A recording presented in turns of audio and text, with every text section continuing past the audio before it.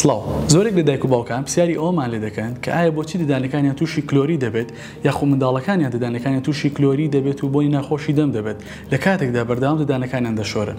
من دکتۆر ڕامیار پزیشکی ددان لە منداڵپارێزی کوردستان پێم خۆشە تیژی بخەینە سەر بابەتێکی گرنگ کە ئەویش کلۆربوونی ددان و بۆنی ناخۆشی دەم و ددانە لە کاتێکدا بەردەوام ددانەکانمان دەشۆرین. وەکو هەمومان دەزانین شۆردنی ددان بە شێوەیەکی نازانستی وا دەکات پاش ماوەی خۆراک و بەکتریا لەسەر ددانەکانمان بمێنێتەوە کە ئەمەش دەبێتە هۆکاری ئەوەی کە بۆنی ناخۆشی دەممان بۆ دروستکات یاخود کلۆری ددانمان بۆ دروستکات. پێم خۆشە ئێستا لەگەڵ مابن بۆ ئەوەی شێوازێکی زانستی ددان شۆردن باز بکەین. وەکو ئاماژەمان پێدا شۆردنی ددان بە شێوەیەکی زانستی زۆر گرنگە.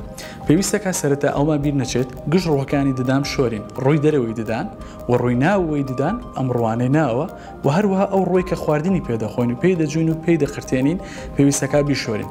بۆ ددان شۆردنێکی زانستی پێویستە کات ڕووی فڵچەکانمان بە شێوەی 45 پلە لە نێوان پووکمان و ددانەکانمانە بگرین بەم شێوەیە هەزەیەکی بچووک دیاخود بە شێوەیەکی بازنەی بچووک ئەیجوڵین و پاشان بۆ خوارەوە.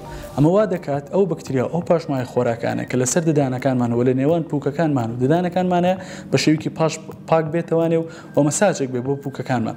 ئەم کردارە بۆ دانەکانی خوارەوەش بە هەمان شێوە دووبارەکەینەوە بە شێوەی 45 پلای گرین و بۆ سەروانە. بیرمان نەچێت گشت ڕۆکانی ددان ڕووی ناوە و هەروە ئەو ڕۆی کە خواردنی پێدەخۆین بیشۆرین. لە کۆتاییە گەورەترین ئەندامی ناو دەممان کە ئەویش زمانە کە زۆرێک لە بەکتریاکان دەتوانن لەسەری گەشە بکەن و گەورە بن پێویستەکە بیشۆرین. بە فڵچەی تایبەتی زمانشتن یاخود بە پشتی فڵچەکانمان دەتوانین بە شێوەیەکی بازنە یاخود بە فڵچەی تایبەتی زمانشتن دەتوانین بیشۆرین و پاچی بکەینەوە.